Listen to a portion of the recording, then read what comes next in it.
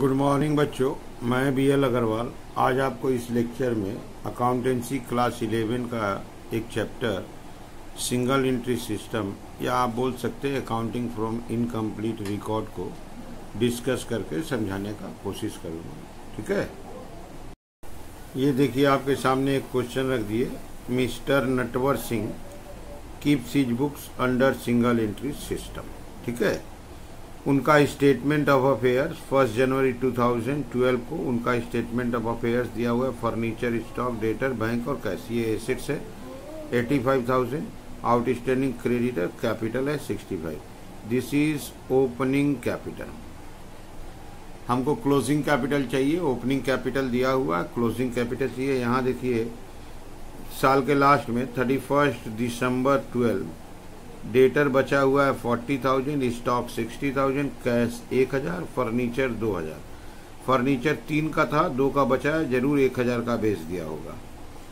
Creditors है 25,000। यहाँ देखिएगा मेन चीज है bank overdraft as per passbook दिया हुआ है। हम लोग को फिनेंशियल स्टेटमेंट में जो बैंक बैलेंस का जरूरत होता है, balance as per cash book होता है, ये एज पर पासबुक दिया है। हमको एक छोटा सा BRS बना के पासबुक के बैलेंस को कैश बुक में कन्वर्ट कर लेना होगा। आउटस्टैंडिंग एक्सपेंसेस लायबिलिटी है, कोई प्रीपेड एक्सपेंस नहीं होगा, कोई एक्रूड इनकम नहीं होगा। ठीक है, यहाँ देखिए 1,000 का फर्नीचर 5,000 में बेच दिया। तो हम बोले थे ना 3,000 का फर्नीचर है, 2,000 का बचा है, तो 1,000 का फर्नीचर वो 5,000 में बेच दिया। ठीक है, ये ऑलरेडी रिकॉर्डेड है।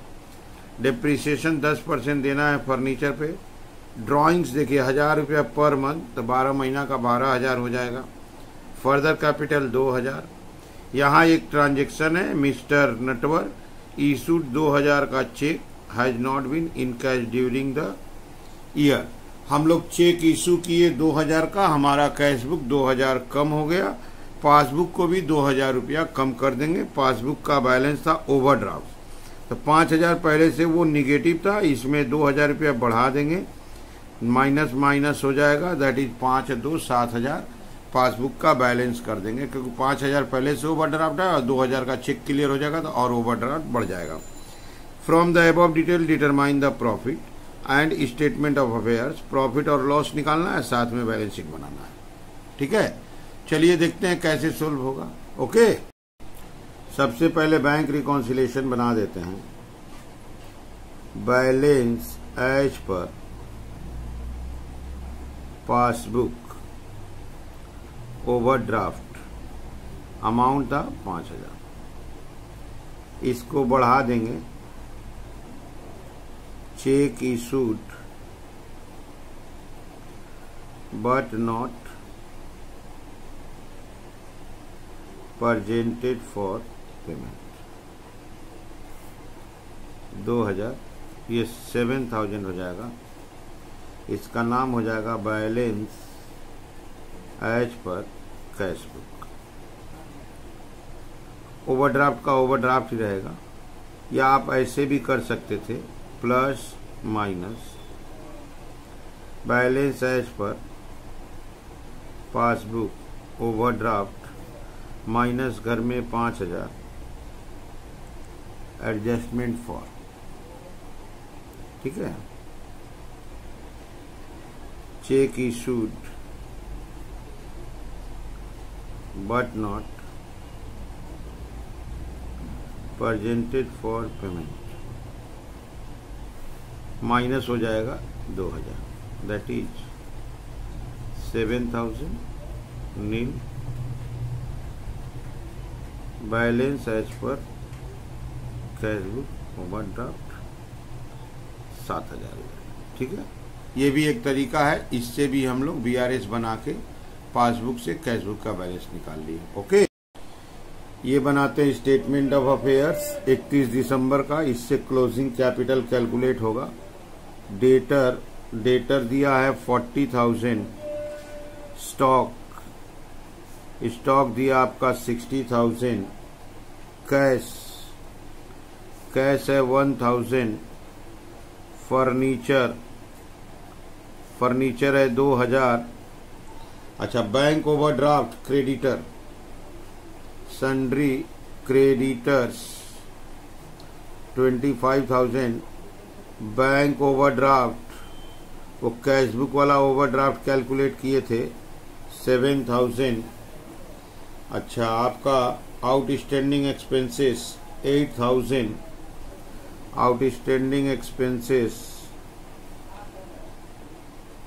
बस प्लस माइनस कर देंगे, कैपिटल आ जाएगा। कैपिटल बैलेंसिंग फिगर ये क्लोजिंग आएगा। ओके, इसका टोटल आया 1,03,000, यहाँ लाए 1,03,000, ये माइनस कर दिए 63,000 आ गया कैपिटल। ठीक है, अब हम लोग आंसर बना सकते हैं। ओपनिंग कैपिटल क्वेश्चन में दिया था, क्लोजिंग हम लोग कैलकुलेट कर लें। ठीक है, चलिए आंसर की तरफ चलते हैं। ये रख दिया आपके सामने statement of profit and loss. ये स्टार्ट होता है आपका क्लोजिंग कैपिटल से, इसमें प्लस करते हैं ड्राइंग्स। क्लोजिंग कैपिटल निकला है 63 और ड्राइंग्स दिया था 1,000 रुपया पर मंथ। 63 1,000 रुपया पर मंथ तो 12,000, टोटल हो गया आपका 75,000। इसमें से लेस होगा ओपनिंग कैपिटल और आएगा आपका फर्दर कैपिटल। ओपनिंग कैपिटल दिया हुआ था आपका 65,000, अब फर्दर कैपिटल क्वेश्चन में था 2,000 रुपया फर्दर वो इंट्रोड्यूस किया था 67,000, 8,000 आया। This is called profit before adjustment. Adjustment के पहले प्रॉफिट आ गया 8,000। एडजस्टमेंट में आपका एक चीज दिया हुआ था, डिप्रिसिएशन फर्नीचर का 10% less depreciation on furniture. Furniture का क्लोजिंग 2,000 था, उसका 10% 200। और एक आइटम था 2,000 डिप्रिसिएशन के बाद कोई bad debt, provision for bad debt, ऐसा कोई आइटम नहीं है, बस अकेले है ये 200। Answer is 7,800। This is our net profit. ठीक है, इसको लेके बैलेंस शीट में आएंगे। इस चैप्टर में बैलेंस शीट का नाम स्टेटमेंट ऑफ अफेयर्स होता है। कैपिटल स्टार्टिंग था आपका 65,000, इसमें फर्दर ऐड होगा और नेट प्रॉफिट ऐड होगा। फर्दर कैपिटल आपका 2,000, नेट प्रॉफिट 7,800, ये हो गया 800, 74,800। ड्राइंग्स माइनस हो जाएगा 12,000, ये हो जाएगा 62,800।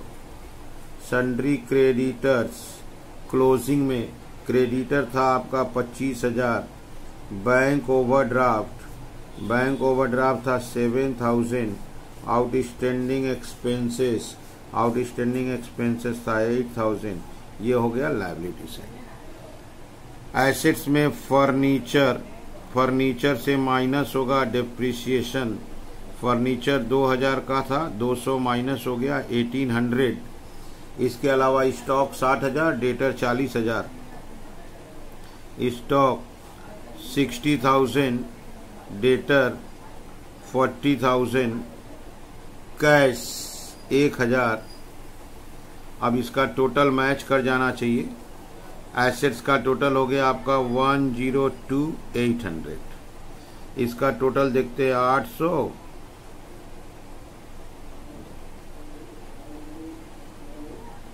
102,800 टोटल मैच कर गया। इसका मतलब सही बना दिए। तो सबसे इम्पोर्टेंट चीज होता है, बैलेंस शीट का ही नाम होता है statement of affairs. Closing date पे बनाना था। क्लोजिंग एसेट्स लायबिलिटी का लिस्ट तैयार कर दिए। मेन देखिएगा कैपिटल, फर्दर नेट प्रॉफिट है, ड्राइंग लेस, इधर से डिप्रिसिएशन लेस, बाद बाकी बैलेंस लिखे हैं। इसके पहले आपको बना दिए थे statement of profit and loss. Closing capital add drawing, opening further capital add करके माइनस कर दिए, आ गया प्रॉफिट बिफोर एडजस्टमेंट। एक ही आइटम था, डिप्रिसिएशन माइनस कर दिए। ठीक है, आप लोग वीडियो को पॉज कर लीजिए, क्वेश्चन को लिखिए, मेरे साथ साथ सोल्व कीजिए, देखिए आपको 100% समझ में आ जाएगा। ठीक है, ओके, थैंक यू।